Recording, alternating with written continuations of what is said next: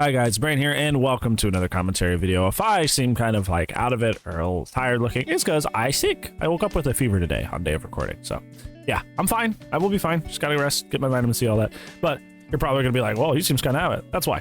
Anyways, let's go and talk about today's topic, which is something that I've run into, and very recently, I've run into very recently a lot of my Dead by Daylight matches. If you guys do not know, at twitch.tv/TheMrHeadache, which I stream 4 days of Dead by Daylight and then a 5th day of a game of the community's choice. That's where you can find me there. One of the things I do over on my Twitch channel is I do Mori Mondays. The Mori Mondays. So every Monday, every single match, besides when I forget, which is a little more frequent than I'd like to admit. It's I'll just be like switching builds and forget to put a Mori on. But by and large, almost every single match for an entire Monday stream of Killer is going to have a Mori in it. And it's just a funny little thing. It's Mori Monday, and then people, when they request like specific killers or killer builds, they get to see Moris on all the different killers. It's just a fun little thing. It's a quirky little thing that we do on the Mondays. But this Monday in particular, we had a lot of people calling me out for being toxic in the after chats for bringing a Mori, which I found particularly interesting. And then on Tuesday, I would bring a Mori sometimes for certain build requests, and I would get called toxic for that. And then on Wednesday, once again, more killer build requests. Some of them had Moris on them, and I got called toxic for those as well. And I just want to ask the question, how are Moris toxic in the year of our Lord 2024? How in any way are these perks in any way an advantage or something that's a BM or something that's rude at all? Now, I'm not gonna be coy here. I know that people used to consider Moris toxic, and back in the day, it kind of made sense. So Moris have gone through a very, very large evolution over their time in Dead by Daylight. You used to be able to Mori people straight off hook, which obviously, you know, if you ever been tombstoned by a Myers, you know that doesn't feel particularly good. Furthermore, Moris did not reach the point that they are at now, where they are completely fair. Is Moris now, you can't even Mori somebody unless they are actually already dead. The exception being a Cypress Mori that, you know, if you kill the other 3 people and you find the last guy, that's a Mori regardless of their hook state. But you know, obviously, if they've killed 3 other people, the match was not going to go in your favor anyway. But essentially, the TLDR is that Moris are now fair. And even in the previous iteration, before they got to this, Moris could be done off of certain hooks. So, like, you could be Mori'd off. You had to at least hook first to some extent, depending on what Mori you brought. At the very least. So it wasn't just like an outright kill. It was still unfair, and it was still dumb. There was still a competitive advantage, especially on killers that had very, very short Moris. Pig comes to mind. Pigs is fairly short. But otherwise, now in 2024, and they have been like this for a fair bit now, Moris are balanced. They can only kill people when they're already on death hook. Obviously, with the one exception that we talked about. So I understand why Moris used to be perceived as toxic, and it was because they were unfair. They were just kind of like an unfair advantage that killers could bring. It was essentially like the brand new part equivalent on the killer's side. And of course, you know, if you've ever been against one or more brand new parts, it just kind of feels unfair because they just partially do a gen for 0 effort besides hitting a singular skill check, which is, you know, what old Moris were. It was just kind of like speed run the hook states, right? So it felt bad. So they took that end out. Now Moris are fair. I get the toxicity with how they used to be. I don't get the toxicity now. And a matter of fact, and this is something that I've noticed, especially since I've been doing the Mori Monday thing for like, I don't even know how long at this point. Mori Monday has been a thing on my channel for quite some time. But there's actually a lot of scenarios where Moriing the survivor is actually not in your best interest. Obviously, we talked about like the length of Moris very briefly. It kind of goes the opposite way. So if for every Mori you have like Pig, where it's just like super short, you can get right back into the game. There's also Moris that are like really, really long. And usually these are the really cool flashy ones like Oni, Knights.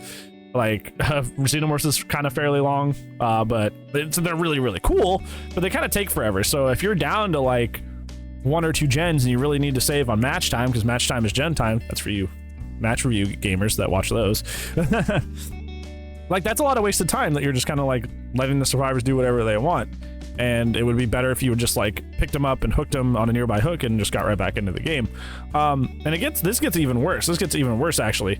Is like there's a lot of perks that come into account that you are denying yourself value from, especially considering the fact that no matter how hard behavior has tried to change the meta of Dead by Daylight, reward for down gen regression, it still remains to be kind of the most prevalent and powerful way to thing in the meta right now for killer.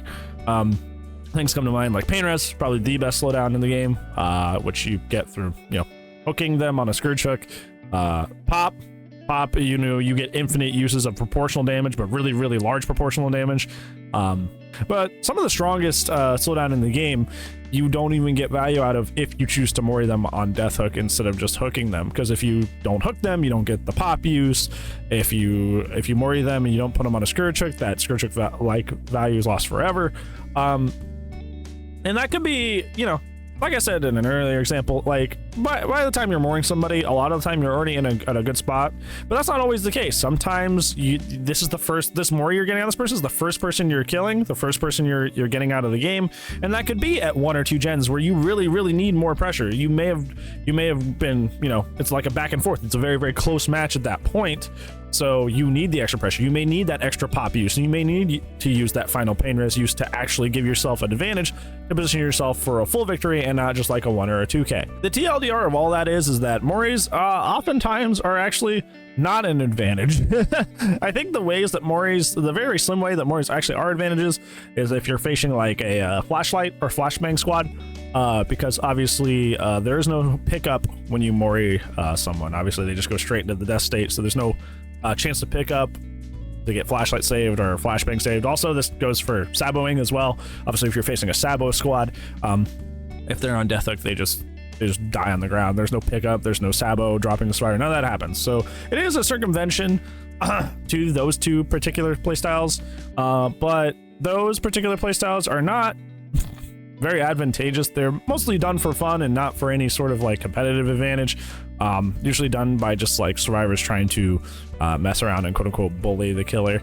But realistically, unless like they have 2 people on their team like rotating the gens, they're wasting a lot of time. So there really isn't a tremendous advantage to bring a Mori in 2024, but I just find it really puzzling because survivors seem to think of it as still toxic and still think of it as you bringing something that's very nasty and harmful to the game health.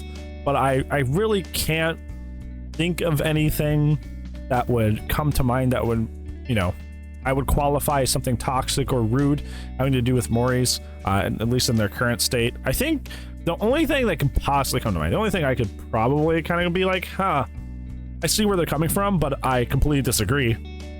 The math will check out, but like I completely disagree. It's like the same thing as like a teabag. It's like the same thing as like a WS from the killer. It's just kind of like showing off. It's the only thing I could really think. It's like maybe it's perceived as showing off. But other than that, I don't see how it could be perceived as toxic. Even then, that's kind of ridiculous. Like I said, completely disagree. I think that's just completely ridiculous because like Moris are cool. Moris are neat. So like how's it a BM, especially when, like I said, in almost every case, it's a disadvantage for you to Mori. So I don't know. If you guys have any ideas about this that I'm not seeing, please let me know down in the comments below. Thank you so much for watching today, but I do upload daily, so I will see you tomorrow. But if I do not, we'll see you when I see you, friends. Goodbye.